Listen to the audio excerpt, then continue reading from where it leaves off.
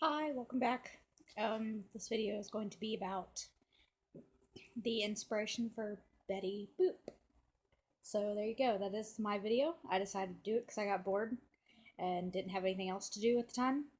So we'll see how this goes.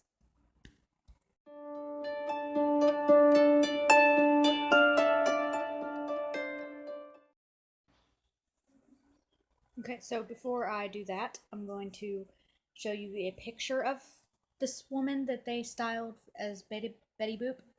Uh, take in mind she's a black woman. The Betty Boop cartoon, she's white. But that doesn't mean anything, obviously.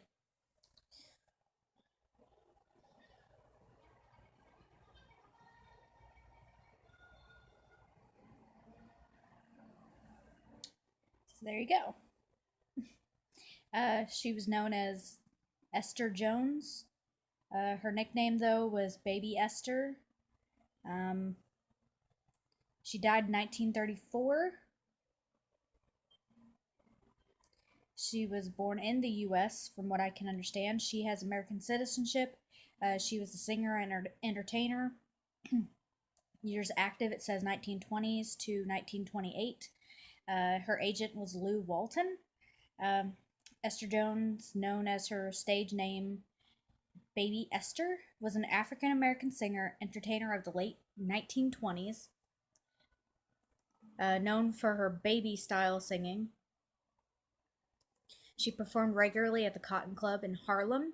Uh, theatrical manager Lou Walton testified during the Fletcher versus Kane trial that um, Helen Kane saw Baby Esther's cabaret act in 1928 with him and appropriated Jones' style of singing, changing the interloaded words boop boop boo to boop boop de doo um, in a recording of I Want to Be Loved by You. Kane never publicly admitted this. Jones' style, as imitated by Kane, went on to become the inspiration for the voice of the cartoon Betty Boop. When Kane attempted to sue Fleischer Studios for using her persona, the studios defended themselves by arguing that Kane herself had taken it from Baby Esther. An early test sound film of Baby Esther's performance was used as evidence. In court, it was presumed that Jones had since died. So there you go. That's that. Uh,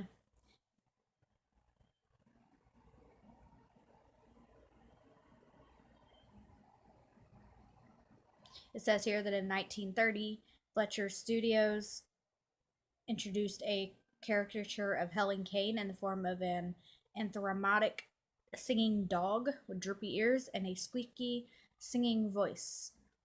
Um, I think that's the dog that's in most of the videos, Pudgy. As character was later dubbed, soon became popular and the star of her own cartoons. In 1932, Betty Boop was changed into a human, the long dog ears becoming hoop earrings. Oh, never mind, that was Betty Boop. Excuse me.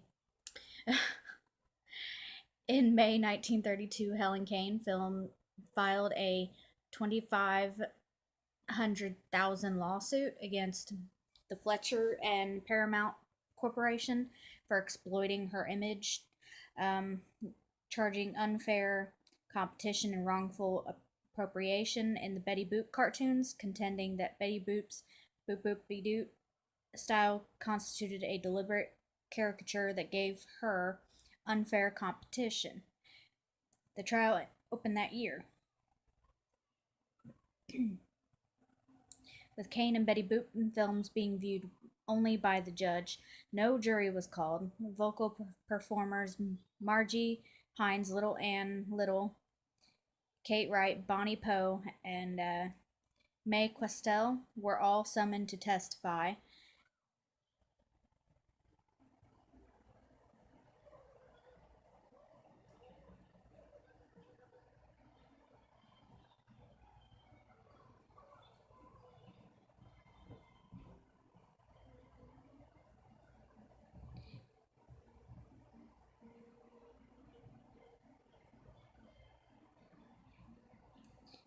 she spoke in this woman that they called up spoke in like a little baby voice, Betty Boop voice, I guess you would say it.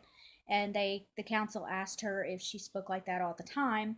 She said, "Yes, indeedy." So obviously, things were stolen in more ways than one. The defense argued that Kane had taken the idea from Baby Esther. Evidence was produced that Kane actually derived that singing style from watching Baby Esther perform at the Cotton Club several years before the creation of Betty Boop. The manager, Lou Walton, testified for the defense, stating that in 1925 he coached a young Negro child named Esther, teaching her how to interpolate her songs with scat lyrics, which Kane later reused as her trademark.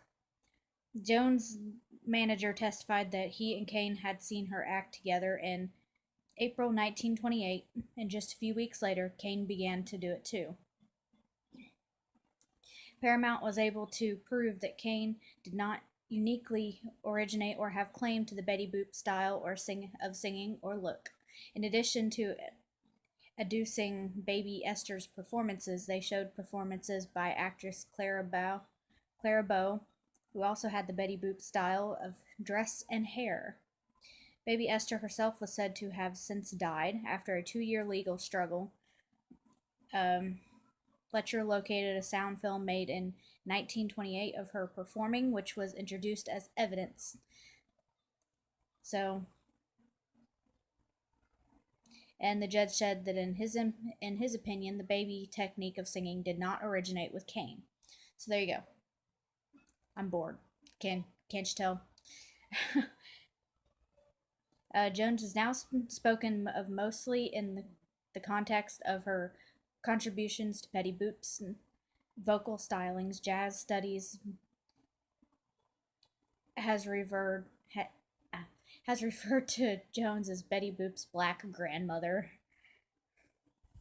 So there you go. That's my video. Because I have nothing better to do with my time, apparently. So, yeah. I hope you guys enjoyed it, and I will see you guys next time.